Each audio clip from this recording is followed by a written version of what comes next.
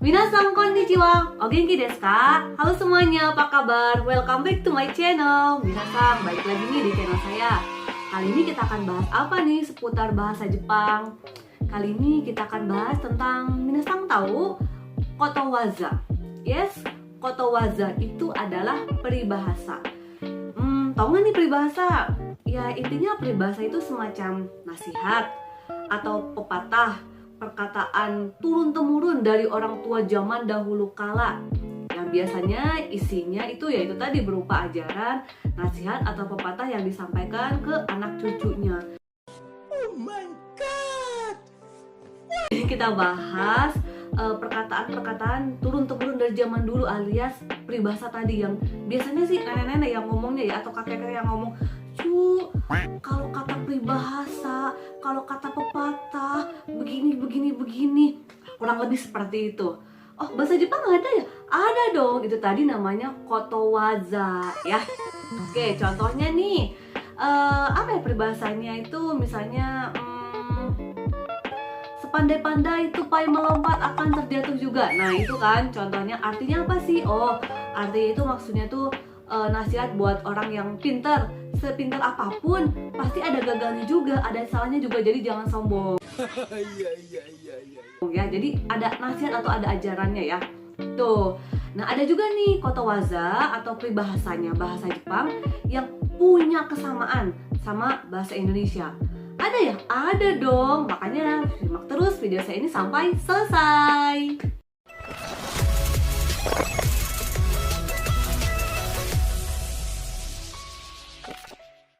Peribahasa atau kotowaza bahasa Jepang yang pertama yang punya padanannya dalam bahasa Indonesia adalah ini lihat dia, salah ngomong kan. Ini lihat dia ya. Ini apa banget, ini banyak banget tulisan, gak usah khawatir cuy. Yang peribahasanya cuman ini nih. Hai, minasan yang belum bisa baca hiragana, kanji, bahasa Jepang, apa huruf Jepang dan lain-lain, ini saya tulis huruf Romawi atau alfabetnya ya. Ini dia peribahasanya. Amai mono ni ari ga suku. Pertama kita terjemahkan dulu secara kalimat. Amai mono ni ari ga suku. Peribahasa ini artinya adalah semut yang menempel pada makanan manis. Apaan semut menempel pada makanan manis?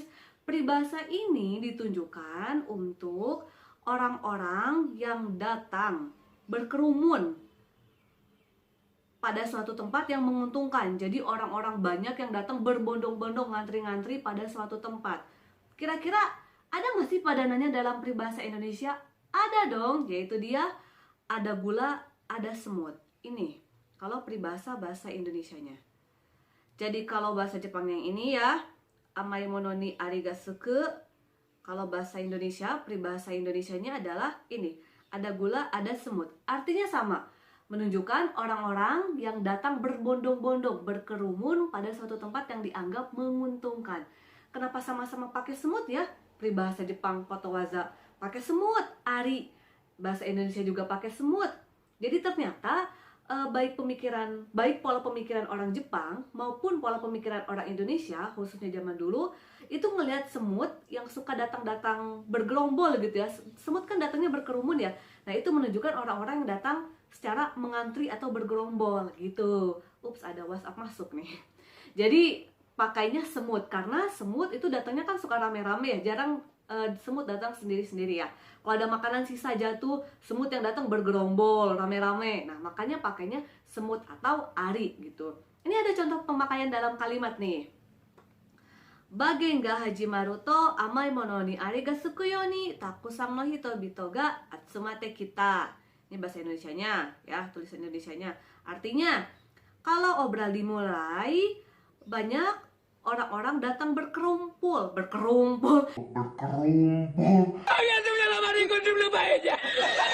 Datang orang berkumpul. Banyak orang-orang datang berkumpul. Seperti peribahasa, semut menempel pada makanan manis atau ada gula, ada semut. Seperti peribahasa, ada gula, ada semut. Itu dia kesamaan peribahasa bahasa Indonesia atau kotowaza bahasa Jepang yang pertama.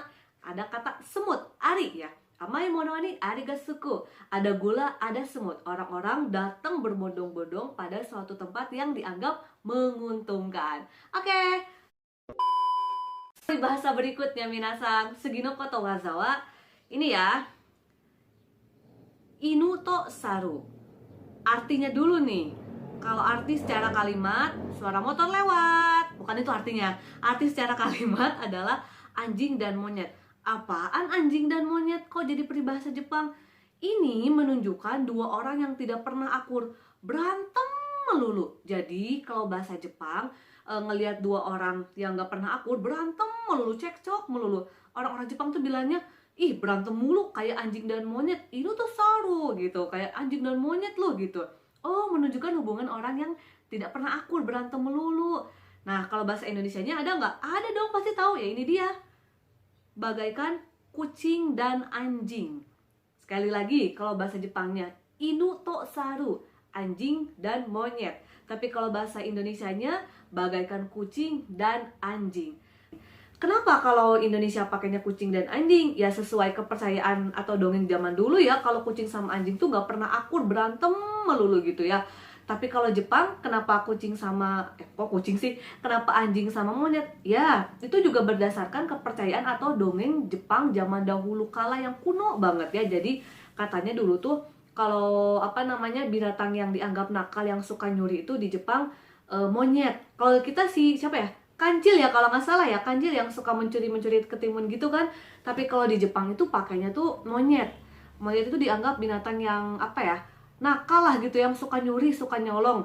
Nah, yang yang petugas keamanannya yang nangkepin monyet-monyet nakal itu adalah anjing. Jadi anjing itu kalau di Jepang tuh, dongeng Jepang zaman dulu kuno ya, dilambangkannya tuh kayak polisi keamanan gitu.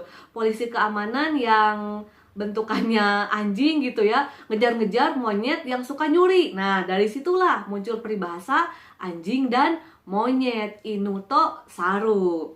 Gitu, lihat contoh kalimat pemakaiannya ya. Oke, yuk. Ini dia contoh kalimatnya minasang. Ano futari wa inu to saru no you ni naka ga warui to kita. Kabarnya hubungan kedua orang itu buruk, kayak berantem terus, cekcok terus, seperti peribahasa anjing dan monyet. Oke, sekali lagi ya. Jadi peribahasa atau pepatah untuk menunjukkan hubungan dua orang yang gak pernah akur, berantem mulu, cekcok mulu. Kalau bahasa Indonesia bagaikan kucing dan anjing. Kalau bahasa Jepang inu to saru, bagaikan anjing dan monyet. Lucu kan? Peribahasa yang ketiga minasang. Bunyi peribahasanya adalah bunyi musik kali, suara kali. Ini ya, pokoknya peribahasanya adalah kaeru no ko wa kaeru. Pertama kita terjemahkan secara kalimatnya dulu. Santai aja napa ya kalau ngomong ya kan. Kaeru no ko wa kaeru. Terjemahkan secara kalimatnya dulu adalah anak katak ya katak. Anak katak adalah katak. Maksudnya apa sih? Ternyata peribahasa ini menunjukkan sikap atau bakat anak yang menurun dari orang tuanya. Sama aja kayak orang tuanya. Kayak gitu loh kalau kita ngomong pakai bahasa Indonesia. Ada kan ya padanan peribahasanya Indonesia? Sama aja kayak orang tuanya. Anak orang tua sama aja. Ini dia peribahasa Indonesianya. Buah jatuh tidak jauh dari pohonnya. Oke. Peribahasa Indonesia, buah jatuh tidak jauh dari pohonnya. Kalau bahasa Jepang, kaeru no ko wa kaeru. Anak katak ya katak. Sama aja maksudnya. Itu tadi sikap bakat orang tua nurun ke anak, atau anaknya sama aja kayak orang tua. Tapi kenapa bahasa Jepang pakainya katak? Konon katanya pemikiran orang Jepang zaman dulu nih ya, berdasarkan pemikiran orang Jepang zaman dulu ya, ngelihat anak katak ya, suara motor lagi guys, nggak apa-apa ya. Anak katak namanya itu kecebong ya, kalau bahasa Jepangnya itu otamajakushi ya, kalau tidak salah berarti benar ya. Kecebong, anak katak itu kan bentukannya ya beda sama katak ya, nggak kayak anak kambing, bayi kambing ya kambing gitu kan.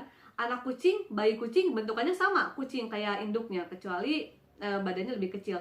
Tapi kalau anak katak, si kecebong otamajakushi tadi bentuknya beda kan sama induk katak.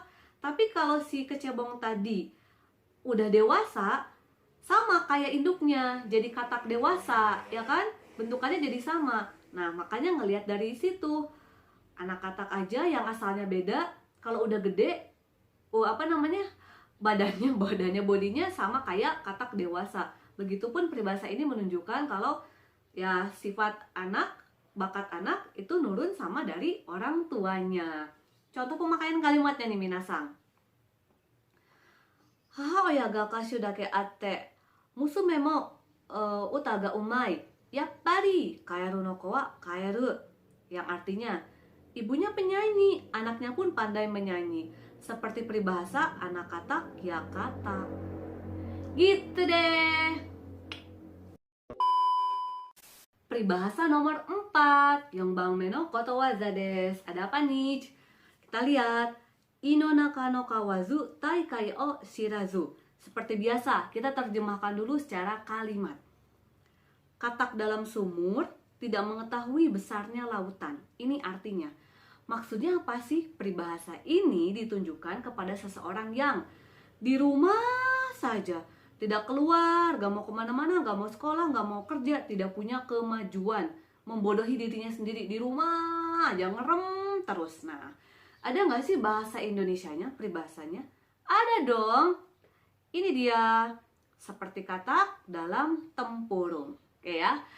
Bahasa Jepangnya sekali lagi, ino naka no kawazu taikai o shirazu. Kalau bahasa Indonesianya seperti katak dalam tempurung, menunjukkan seseorang yang gak mau keluar rumah, sekolah gak mau, kerja gak mau, kursus gak mau, main gak mau bergaul, gak ada kemajuan, membodohi dirinya sendiri. Itu tadi peribahasa Indonesia dan Jepangnya ya. Kenapa pakai katak sih gitu ya? Soalnya pandangan orang Jepang kuno zaman dulu gitu ya, ngelihat katak, dan memang sekarang pun keadaan katak seperti itu ya, melompat gitu loh. Kalau katak itu diem aja, dia nggak akan bisa pergi kemana-mana kan. Tapi kalau misalnya si katak itu melompat dari satu tempat ke tempat lain, ya dia bisa tahu besarnya lautan di sana. Makanya pakai filosofi seperti itu untuk menunjukkan orang yang nggak mau keluar rumah gitu ya. Kalau nggak mau keluar rumah, diem aja. Seperti katak yang nggak mau lompat, di situ aja. Gitu.